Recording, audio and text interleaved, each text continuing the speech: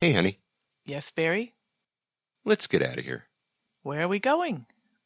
Where do we always go?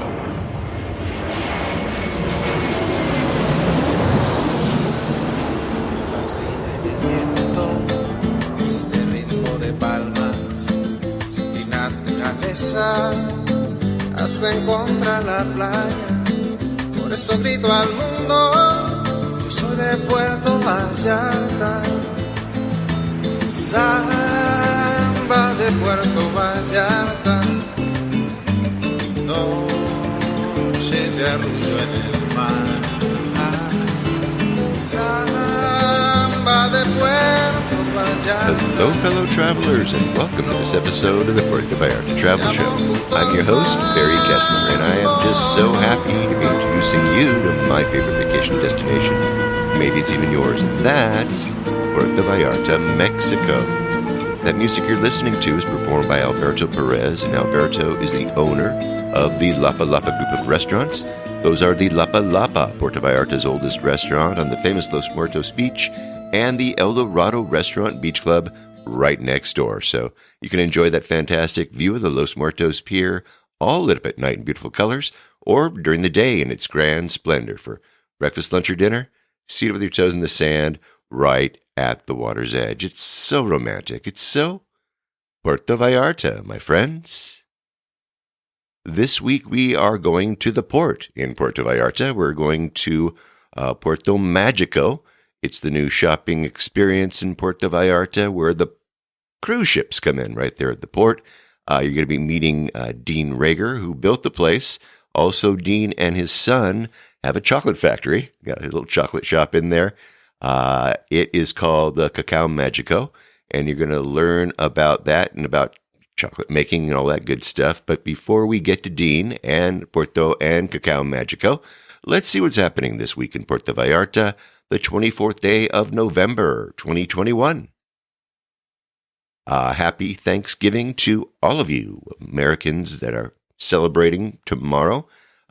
If you are in Puerto Vallarta, there are tons of options. Lots of restaurants are serving up the Thanksgiving meal with all the fixings.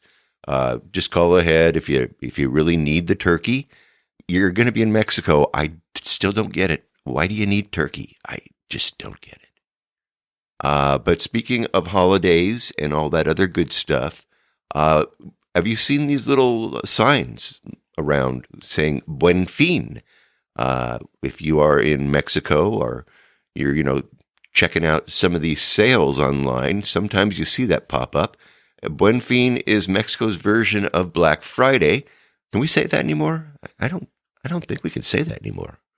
Cyber Monday, actually, they have this event. It's called Buen Fin. It turns 10 years old, actually, this year. As of 2020, the date had been extended from the original 4 days over the Revolution Day long weekend holiday in order to discourage overcrowding at the stores and malls back there. But each year, since its inception in 2011, more retailers and service providers have joined in the event, which is coordinated by the federal government and various business associations.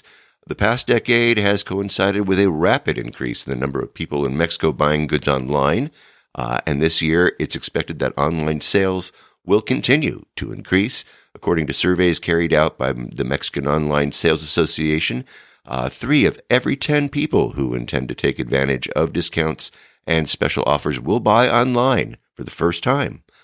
This willingness to acquire goods through electronic means reflects increasing trust in online markets and the ever-improving network of delivery systems that get goods to customers more quickly and make returns straightforward and convenient.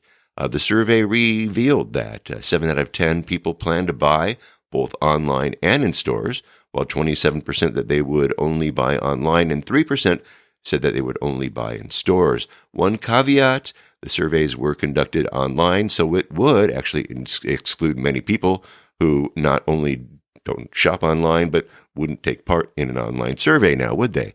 Most of Mexico's large retail chains have online shopping options, although the efficiency of their delivery services vary considerably.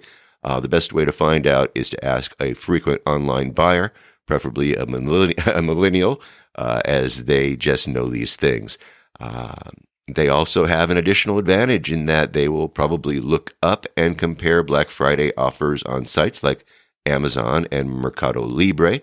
This year, Buen Fin is scheduled to run from Wednesday, November the 10th through Tuesday, November 16th.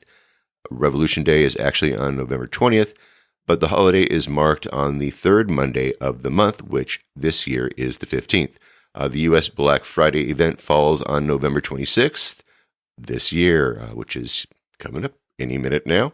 As usual, the most popular articles for online shoppers, according to the same surveys, are likely to be clothing, electronic goods, home appliances, and cell phones, followed by personal care items, booking, travel, and toys. Only 1% of those surveyed said that they would use the event to make advanced purchases, such as getting an early start on Christmas shopping. Buen Fin has been characterized in the past or the lack of giveaway prices, like the ones that lead shoppers to line up overnight in the United States and make a mad rush when the doors open up. A typical complaint of people surveyed in Mexico is that the offers aren't all that attractive, or that they often restricted to interest-free months of credit if they use certain banks' credit cards for the purchase and that kind of a thing. Nevertheless, people do find worthwhile discounts, and some people will delay the purchase of a big-ticket item, including domestic appliances and home improvement materials like tiles and blinds, as well as bathroom and kitchens, to see what offers are presented during a Buen Fin. In 2020, when capacity restrictions at malls and stores were still in effect in many places, sales were estimated at 239 billion pesos, which is about 12 billion US dollars, and organizers expect this year's event to exceed that, especially as the COVID traffic light is on green in most of the country. And I have a link to that article from Mexperience.com in the show notes. Now, I'm going to be flying to Puerto Vallarta this coming Monday. I'll be taking a van to the border, and then I'm going to cross over there from San Diego. I'm going to take CBX. If you didn't listen to last week's podcast, you can hear all about how you take CBX. It's a pedestrian bridge that will take you over from San Diego into the Tijuana airport. I'm going to fly nonstop, 2 hours, 40 minutes for about $100 round trip via Viva Aerobus. I'm going to be staying at an Airbnb, which is located above the Barracuda restaurant right over on Playa Camarones Beach in the Cinco de Diciembre neighborhood of Puerto Vallarta. I'm really looking forward to that. I mean, I'm just counting down the hours right now. I want to do a meet and greet. I want to do an open microphone podcast meet and greet like I usually do. But this time, because they got a bunch of events that they're planning over there at Nacho Daddy for the holidays, I think I'm going to have the meet and greet at a place where we can actually catch a Puerto Vallarta sunset. So if you are in Puerto Vallarta, let's meet over at La Traviata. Let's meet over there at 4:30. We'll go until 6:30. I'll buy pizza. If you show up, I'll buy your pizza for you, okay? You have to buy the rest of the stuff, but I'll buy the pizza. The sun sets at 6:19 this coming Tuesday, so let's do that. Let's go and meet November 30th at 4:30. From 4:30 to 6:30 over at La Traviata. La Traviata is located on the roof of the Hotel Las Palomas del Mar over on Calle Honduras 309, actually in the Cinco de Diciembre neighborhood of Puerto Vallarta. If you are in town, please come on by. If you have a business or a charity, or if you have a special event that you want to share, or you just want to brag about something, better still, if you're a listener and you want to just share about what you're doing in Puerto Vallarta with the world, come and join. Come join the fun. Tell us your favorite taco stand or whatever, you know. Anyway, I will have the information in the show notes, and I will be posting to the Puerto Vallarta Travel Show Facebook page. So if you haven't already liked the page, if you're still on the face bag, and that way you can get a notification when I post it, and that way you'll remember it. Anyway, mark your calendars.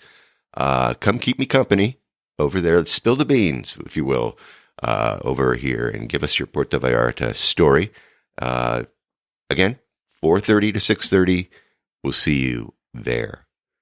A couple weeks ago, I talked about the merchants that were forced out of the municipal market after the flooding over there. When the Rio Quale flooded due to the Hurricane Nora. Remember, a lot of these people had to move their businesses and everything over to Parque Hidalgo, which is over in the Cinco de Diciembre neighborhood. While the repairs were being done to the building, it looks like they've got to move. And I've got a report here from the Vallarta Reporter online. It says, tenants of the Quale market must vacate Parque Hidalgo. This is dated November 23rd, 2021. The tenants of the municipal market of Quale, who were relocated in mid-September to Parque Hidalgo due to the overflow of the river, were given until yesterday, Monday, to vacate the place due to pressure from the established merchants of the Cinco de Diciembre neighborhood who protested, considering them unfair competition. When they were relocated there, they were promised that it would only be for 15 days. Wait a minute. That sounds familiar. Never mind. But they have been there now for more than 2 months. The head of municipal markets, Cecilio Lopez Fernandez, pointed out that the market has 154 tenants, of which 54 were temporarily relocated in the park, to whom he sent a flyer to return. We're in the middle of a social problem here where some of the merchants are facing the work of rebuilding the bridge, which leads them to have low sales. Those who had to go to Parque Hidalgo was because they were rearranging the wall at the rear of the market, repairs that had to be done and have already been done. There was a civil protection ruling that the infrastructure was not damaged, so many tenants are already making arrangements to come back, he said. He indicated that there is a group of 16 units that face the collapsed bridge. They will not have to return yet. He has proposed to locate them temporarily in the Encino Street corridor, but that also has problems. The flyer that I issued is from today. Those are ready and they should go. To the others, we are proposing to relocate them to Encino Street, but they fear not having a market because the area is not really commercially characteristically sound. But there is an agreement with the Directorate of Tourism where this area will be promoted through guides. And this corridor is actually where tourist vehicles are parked. He reiterated that the vendors must leave Hidalgo Park in any case by yesterday, by the orders of the mayor, the trustee, and the secretary general. And I have a link to that particular article from Vallarta Reporter online in the show notes, although it will do you no good unless you are actually paying for a subscription to that particular publication, which I do, so you don't have to. Aren't you lucky? Now, last week, I started telling you about some new rules that are being put into effect that are basically have been put into place to tighten up timeframes of tourists who are planning to come to Mexico. And it seems, like I was saying, that the 6-month tourist visa that is built into the FMM card, the immigration card that you fill out when you enter Mexico, is just a little bit too liberal, and they are making some big changes. So this actually is from an article from Mexperience online describing what is going on. It reads, changes to time allowed in Mexico using a visitor permit. The ways visitors are admitted to Mexico is changing in regard to the amount of time granted to stay under the auspice of a visitor permit or the FMM card. People who come to Mexico for leisure or business visits lasting 180 days or less and who are passport holders of one of the many countries which don't require a visa to enter Mexico can complete a visitor permit known as a Forma Migratoria Multipal or FMM at the port of entry. The 180-day maximum is no longer the default. Under Mexico's immigration rules, the maximum time you're allowed to stay in Mexico under the auspice of a visitor permit, or the FMM, is 180 calendar days. The number of days granted has always been at the discretion of the immigration official at the port of entry, and until now, most, but not all visitors arriving in Mexico for leisure and business trips tended to be issued with the visitor permits granting the full 180-day allowance. If you are visiting Mexico under the auspice of a visitor permit, this change to the way visitors are admitted might or might not affect you. If you intend to stay longer than a couple of weeks, then you should explain this to the immigration official, who will ask about your intentions and may ask to see evidence in support of your plans, for example, accommodation arrangements and return flights. If you arrive in Mexico for a short vacation or a short business trip, you are unlikely to be affected by this change. Be sure to communicate your plans to the immigration officials so that they can provide you with sufficient number of days for your visits. If you intend to stay in Mexico for more than a couple of weeks, or are accustomed to using Mexico's visitor permit for longer-term visits, for example, if you spend winters in Mexico or you own a home here and live part-time as a visitor, and you automatically expect to be granted this 180 days because that's been the norm until now, you should talk to the immigration official at the port of entry and explain your plans and intentions before they write the number of days on your permit, and ask for the days that you need to suit your plans. It cannot exceed 180 days.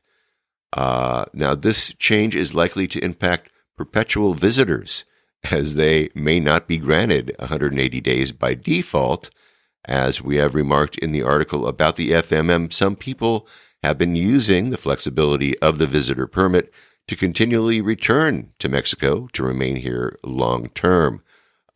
We also remarked that immigration officials have been checking the arrival records of people coming to Mexico for some while and now questioning the intentions of those who continually return.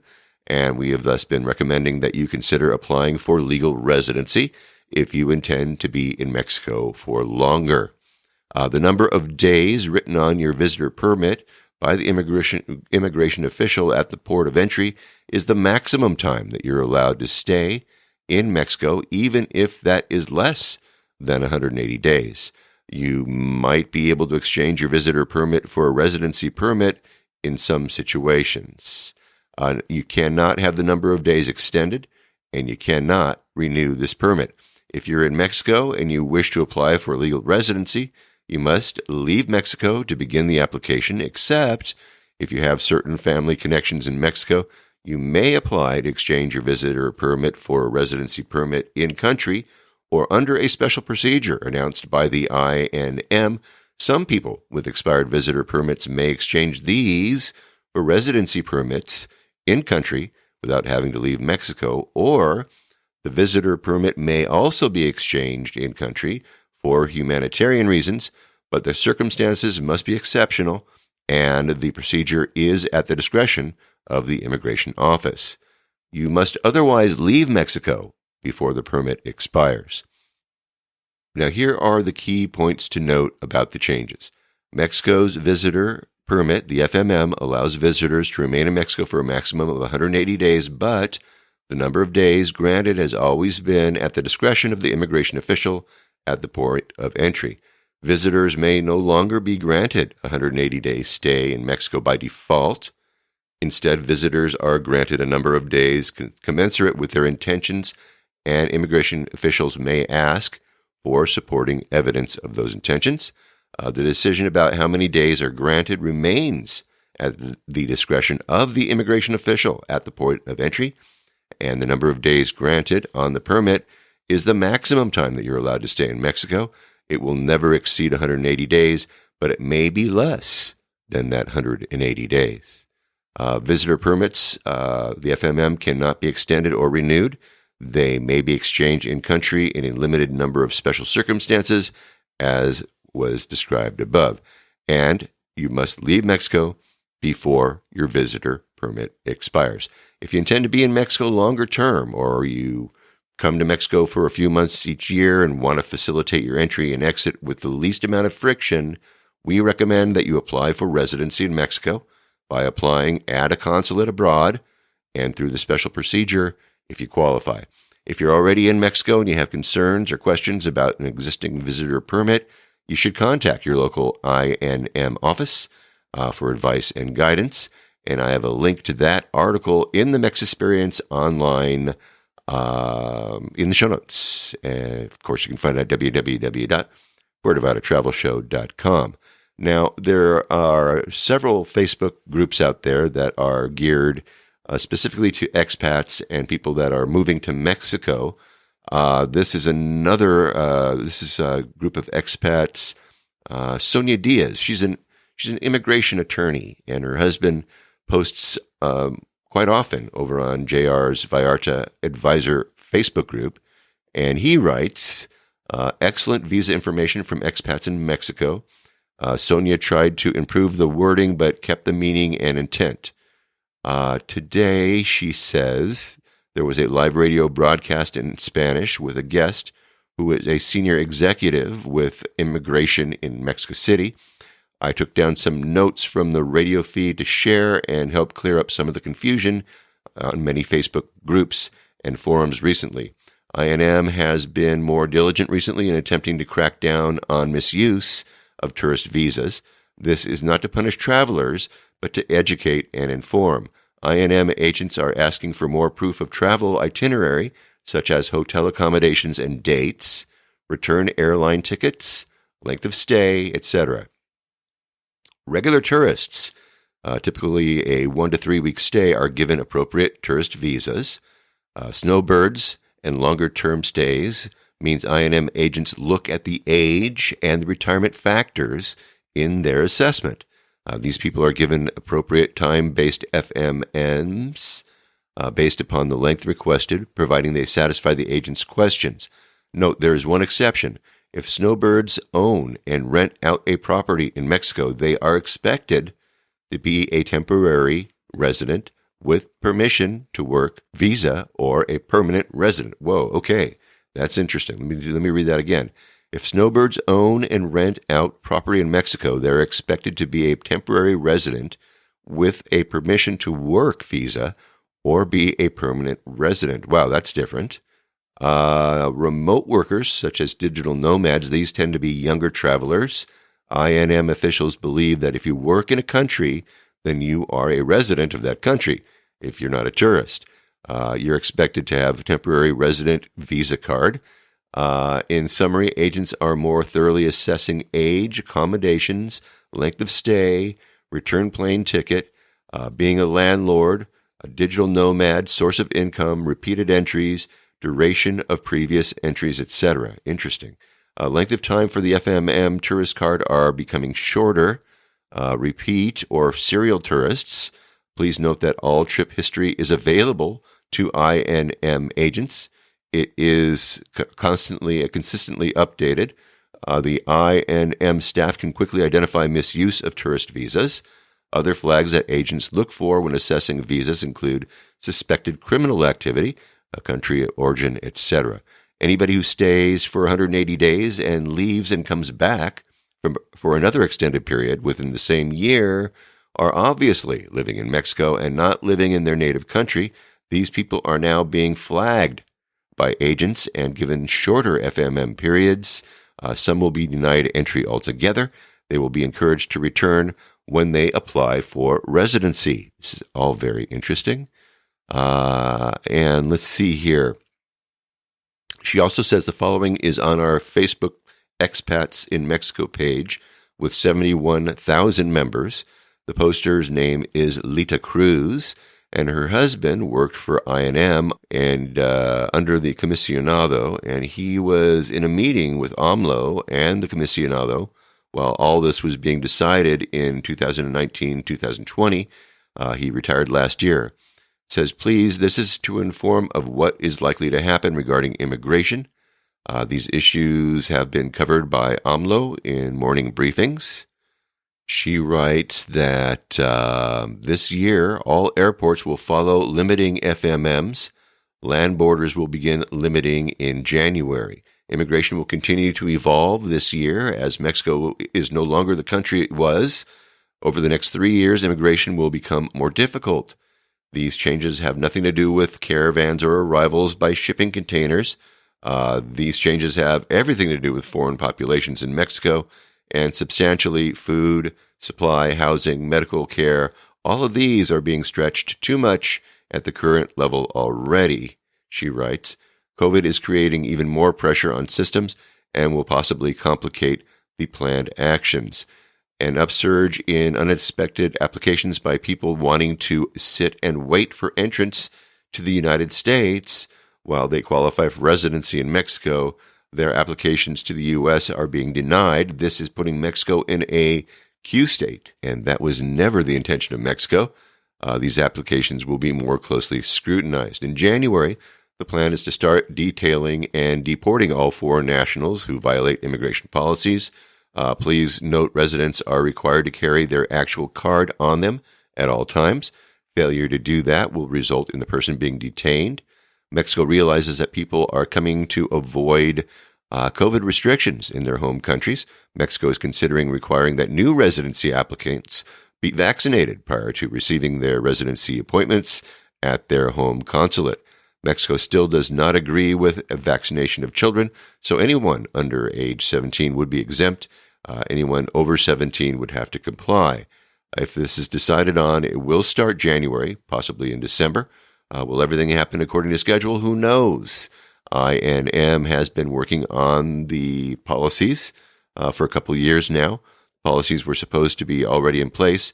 COVID pushed back the start of this particular rollout. But this is just the tip. Everybody saying Mexico will back down is not likely. Mexico has plenty of resources and growth because of NAFTA. Doesn't need foreign money like 30 years ago. Mexico is on a level playing field. Sure, there are beach communities that rely heavily on foreign money, but those dollars come from tourists, also known as vacationers, not residents or snowbirds.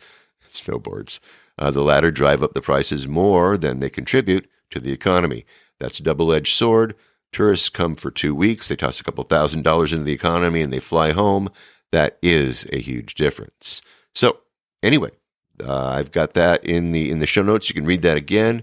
And it seems like it's time to get off the pot, folks. If you're thinking about getting your residency, maybe you should think about it right now. And if you're thinking about maybe getting a passport, I know I am. You might think about that too. There is an increasing amount of homelessness being observed in Puerto Vallarta. This is from Tribuna de la Bahia online. By Miguel Gonzalez Guerra.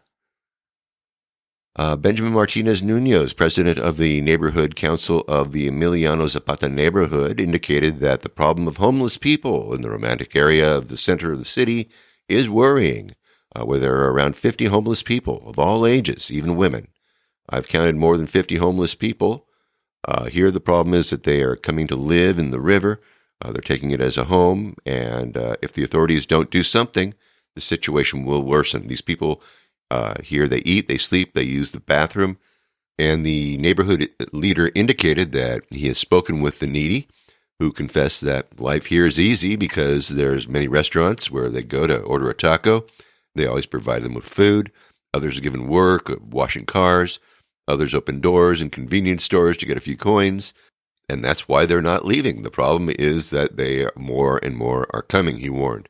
Inhabitants of the central area are already extremely concerned, as it has become commonplace to see homeless people lying on the sidewalks, drinking alcohol, or taking drugs, even in streets near the boardwalk. Outside businesses and restaurants have reported that they make their physiological needs, causing bad odors and pollution. Dozens of them have already settled on the island of the Quale River and its banks. Some have appropriated an empty place, and others have erected tents with plastics, cardboard, and fabrics. There are those who adapted caves under the hanging bridges, and at night you will see full here. It is as if it were a hotel, denounced Mr. Benjamin. Neighbors and businessmen on the road are already desperate as they have to clean up the dirt that they leave on the sidewalks and be on the lookout for vandalism. It's a never-ending story. They keep reporting them to public safety, but they only get their attention. They take them away, but after a few minutes, they come back. The police cannot take them, so they run away, but after an hour and a half, they return, he lamented.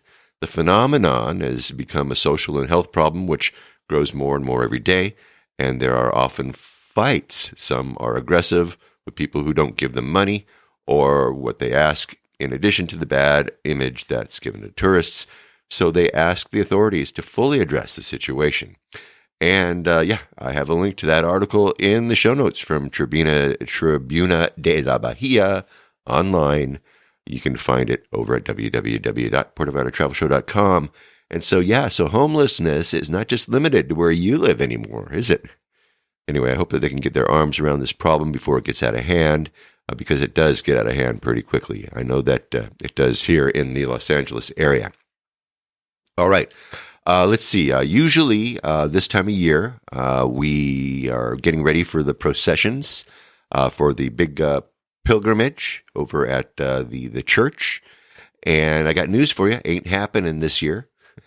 Just like last year, by order of the governor of the state of Jalisco, there will be no processions. There will be no fun. There will be no party. There will be nada.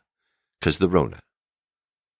All right. Enough of this good news. Let's get on with our guest and to the interview. Shall we? I've been holding back this interview because the cruising industry has been on kind of a hiatus over the last 20 months or so, don't you think?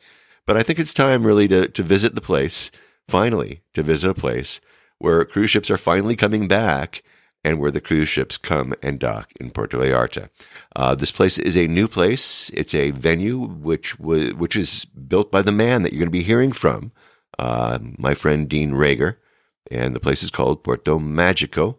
Puerto Magico is a lovely place for cruisers and people that are coming to Puerto Vallarta to disembark and immediately feel the friendly bienvenidos welcome to Mexico.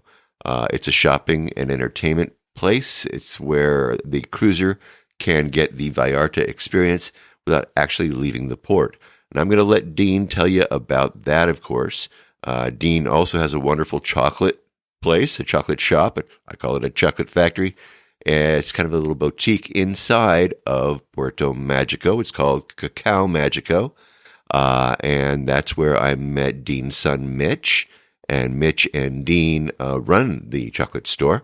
Gee, what a bummer. I mean, the smells are amazing.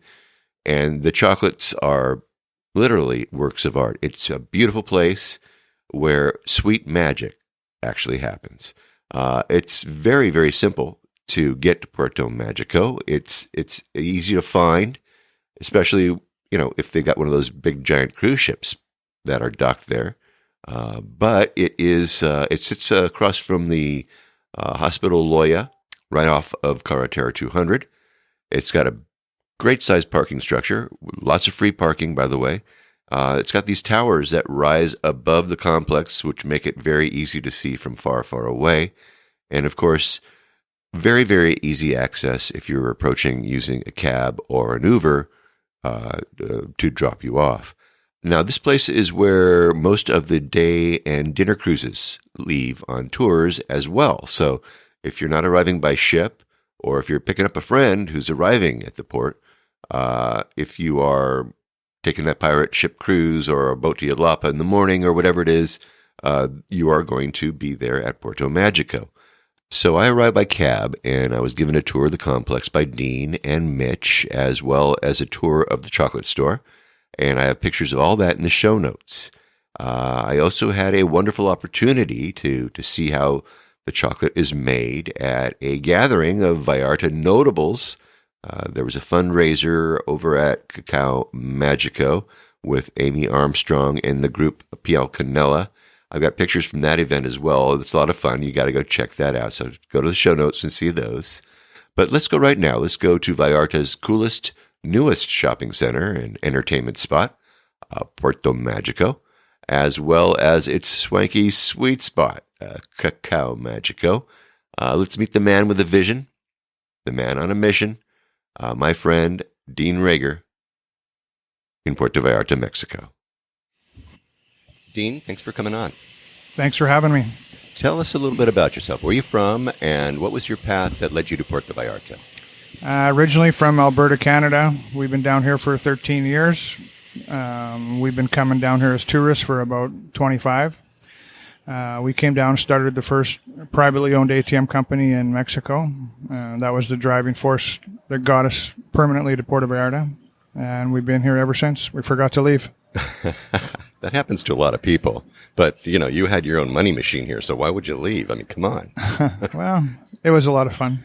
Now, are you still running that operation? No, we sold that about 5 years ago, and now it's been resold to one of the banks, and we've moved on to bigger and better things. All right, so we're at Puerto Magico right now, and we're going to talk about Puerto Magico. Have you done any other projects? Nothing like that, that's for sure. All right, let's talk about it then.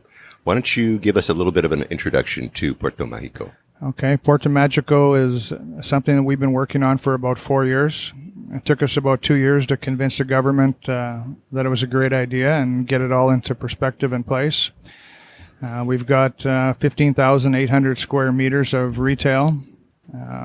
We have cruise ship passengers, cruise ship employees. All the boat tours leave through Puerto Magico. Of course, local and Mexican tourism. So all in all, about 3.5 million people a year walk through our doors. Wow, that's incredible. Okay, so you have how many stores? How many stores do you think you're going to be having in this? About 130 retail stores. Then we've got a bunch of different entertainment options and revolving type kind of retail and kiosks and different things like that. That's very interesting. Now, is Puerto Magico open to the public? Yeah, absolutely. We're open from 6 in the morning until 11 at night. All the boat tours, of course, leave through Puerto Magico. We've got all the retail. We've got a ton of different entertainment lineups, singing, mariachis, dancing. We even have charro horses on some of the cruise ship days. There's always something going on. It's always open to the public. So it's not just for the cruisers. It's not just for the people disembarking on those tours. No, absolutely not. In fact, most of our marketing goes towards normal hotel tourism passengers in Vallarta. Okay. All right. So why don't you take us on kind of a little bit of a tour? Let's say somebody disembarks from a ship and they arrive at Puerto Magico. Kind of give us a rundown of what that's going to be like. Okay. Typically they disembark. They usually pull into port sometime between 5 and 7. Disembarking is usually around 9 o'clock. We always have entertainment right for the disembarking. We want that first experience to be as positive as can be. We have mariachis. This is Jalisco. It's famous for mariachis. We have some of the different regional dance groups greeting them when they get off the boat. They'll come in. They get a chance to go through the duty free. Then they come into Puerto Magico. We have entertainment inside. We've got all the retail shops. Anything from coffee, all kinds of retail, restaurants upstairs that are going to be opening soon. There's something in there for everybody. And it's Jalisco, so I'm guessing tequila? We have a tequileria that we're building right now that will be really, really unique. It'll be one of the best tequila experiences in the country. All right. So now they have gone through this. They walk through the Puerto, and then what happens? About 40% of the passengers have pre-booked tours. So they'll get on our main parking lot. It's always got the big buses in it on cruise ship days. Those passengers disembark and they go with the various tour companies out for their daily activities. About 60% of the passengers will stay in Puerto Magico and check out the entertainment that we offer, do some shopping. And some are looking for something last minute, so there's always options for that. And they'll get to spend a day in Puerto Vallarta. Right. And with all those stores, lots of options. Lots of options, yeah. Now let's talk a little bit about your place. You've gone with the sweets. You're into chocolate. Yeah, my son and I own Cacao Magico. We specialize in the Mexican chocolate experience. It's fantastic, top shelf European style chocolate using Mexican chocolate beans. We have an experience center. We do a complete bean to bar program.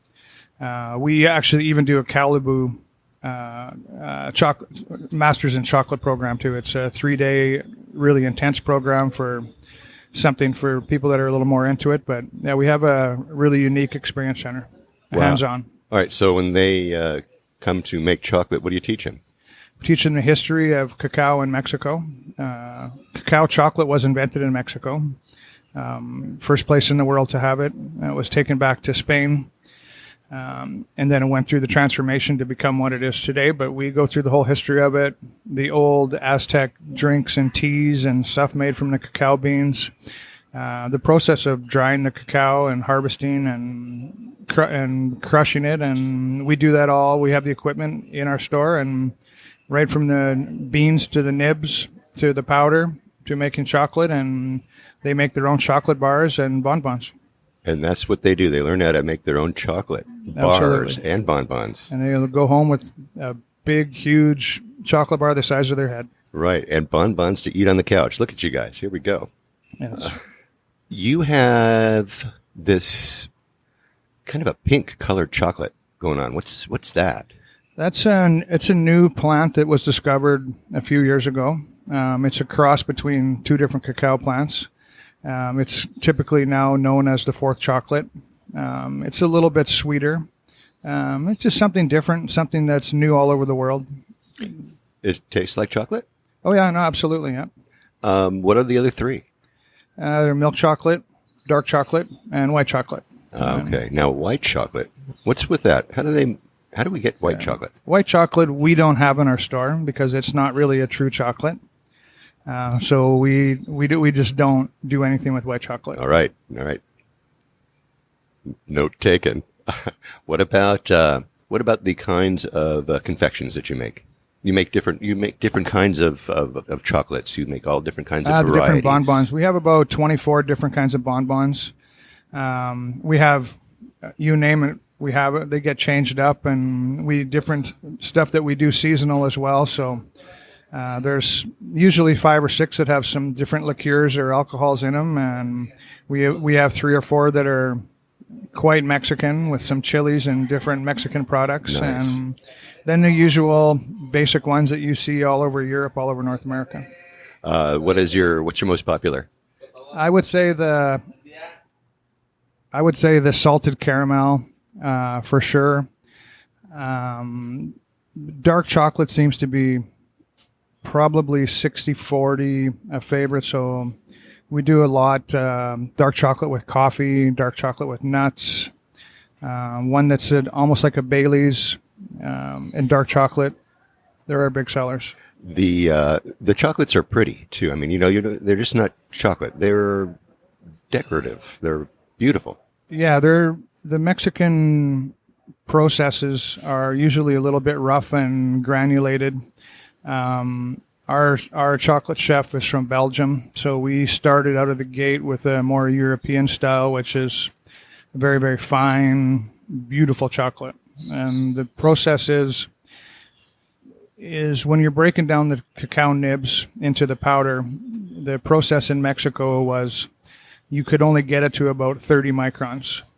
With the equipment that all of our equipment we bought and brought from Europe, and we can get it down to 3.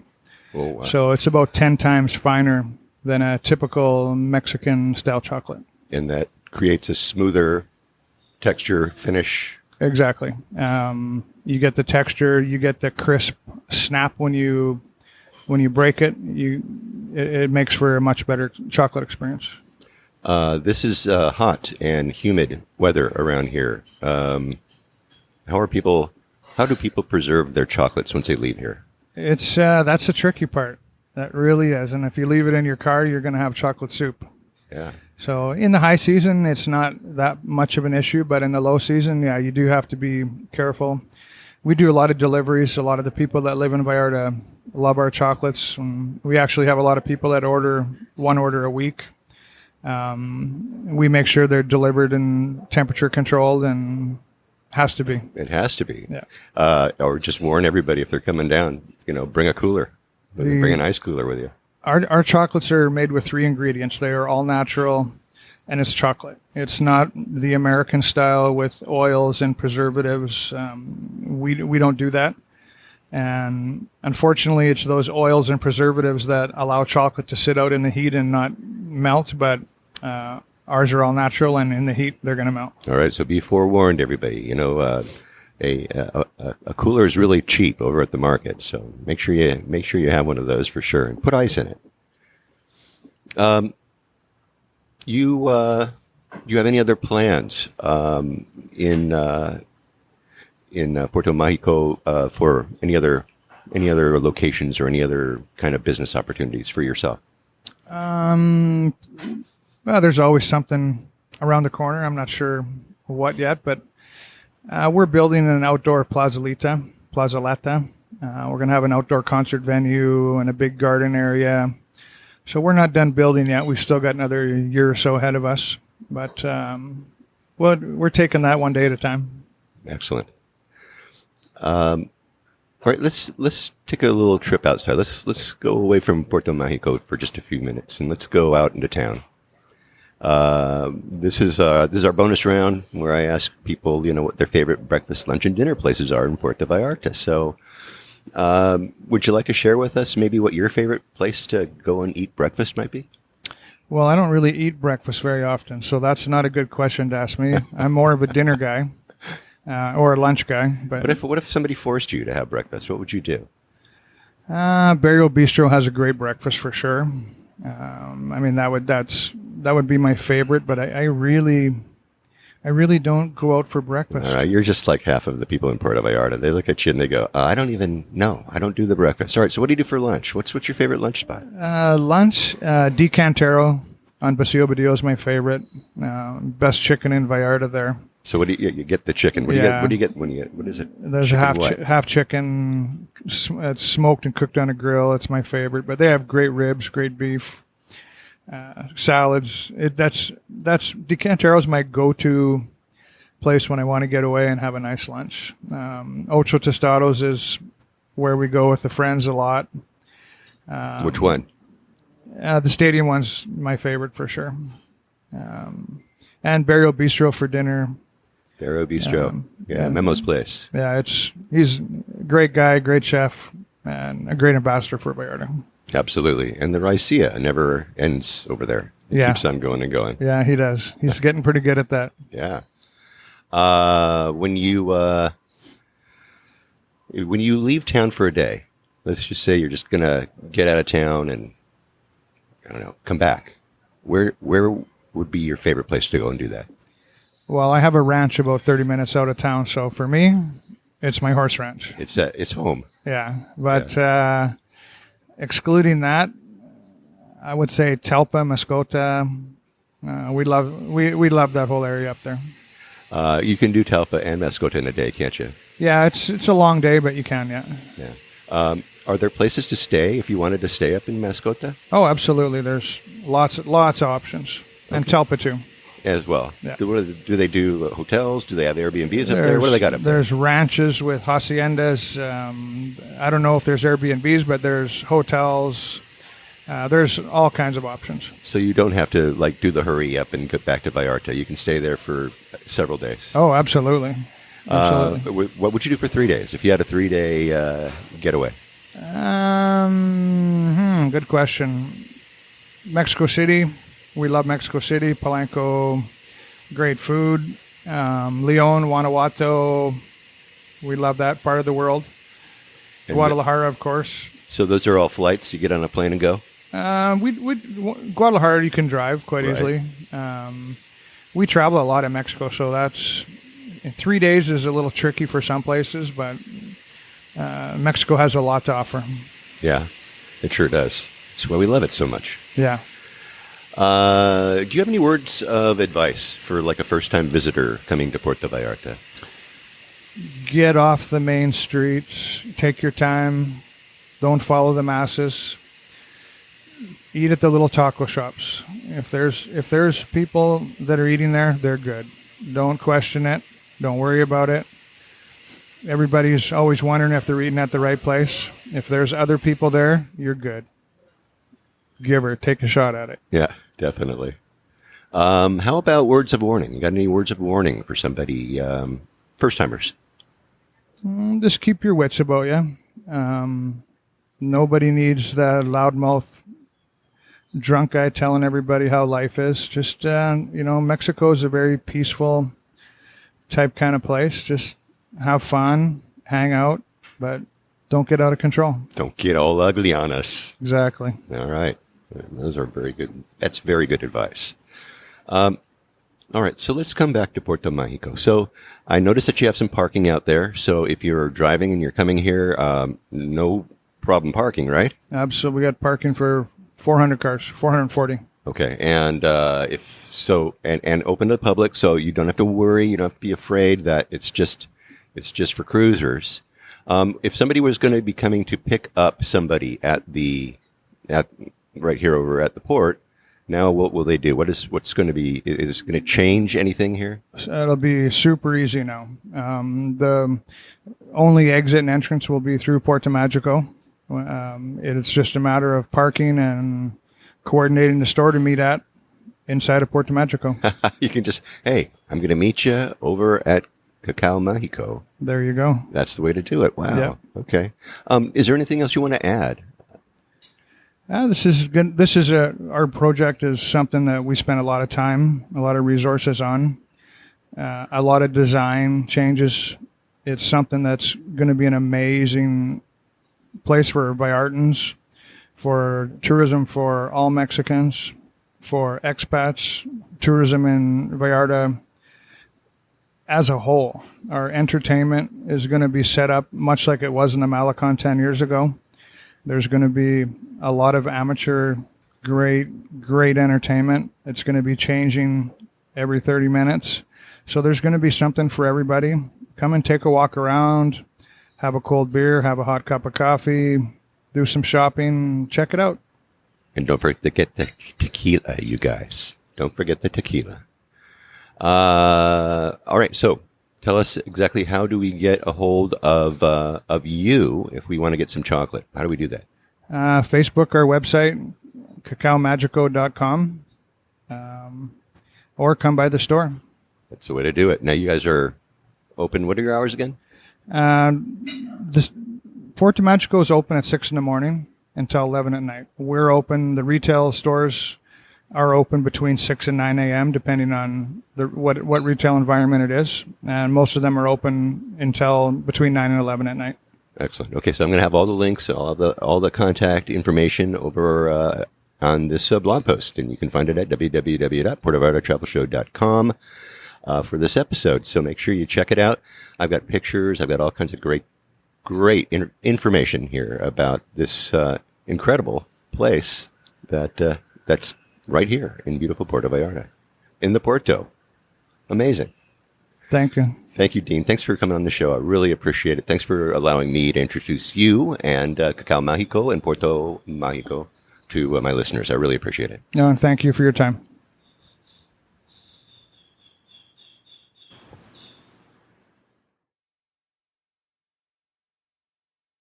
All right. Thank you, Dean. I have links to this beautiful place in the show notes, as well as pictures of the lovely chocolate shop. It's a chocolate factory. You got to go there. And they do deliver, as Dean said. They currently have a location in town. If you don't want to go all the way out to the port, if you are in town, you just go to Licks. They carry the chocolates from Cacao Magico right there, right next to their wonderful ice cream. Also, I have the latest cruise ship arrival schedule in the show notes as well. Currently, I just have the November arrivals, and I will add the December schedule when it comes in just in a couple of days. So thank you for that, Dean. I really love this guy. This guy has a heart of gold. He's always upbeat. He loves the people of Puerto Vallarta just about as much as I do. I think maybe as much as I do. Anyway, he is always there for me. He's got some great ideas all the time. All the time. Have you interviewed this guy? You want to talk to this guy? He's really great. And you're going to be hearing from some of these people that he introduced me to. You're really going to love them too. That's for sure. Anyway, Dean is truly an ambassador to this lovely town that we all know and we all love. So let's hope, keep our fingers and toes crossed that the cruise ships keep on coming in larger numbers than ever and keep coming to Puerto Vallarta and to Puerto Magico. All right. Well, that should do it for today. Hey, next week, I'll try to get one out while I'm in Puerto Vallarta. Stay tuned for more on-the-ground reports from Puerto Vallarta, Mexico, with travel tips, great restaurant excursion ideas, and more.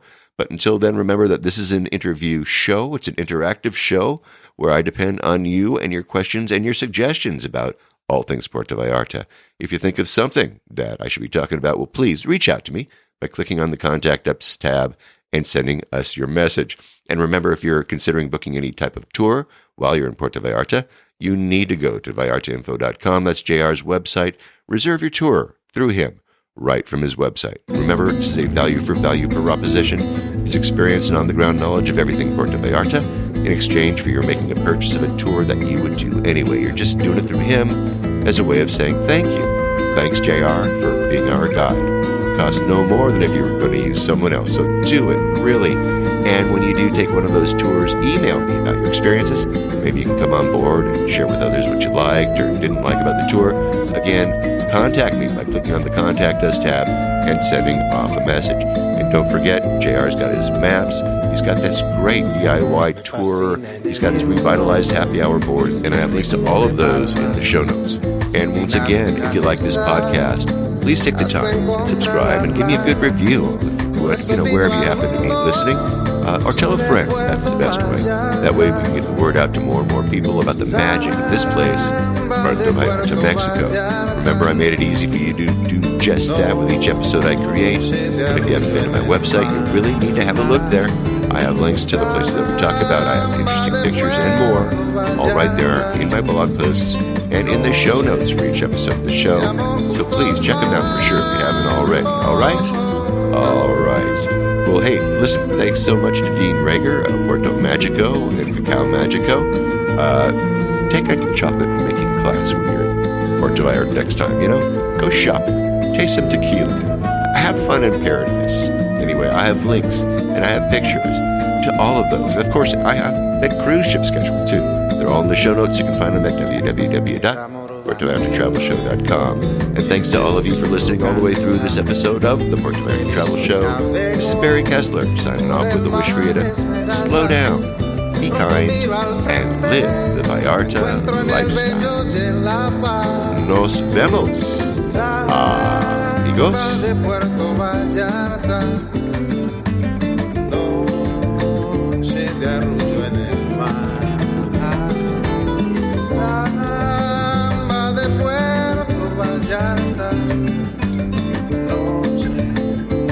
amor junto al mar.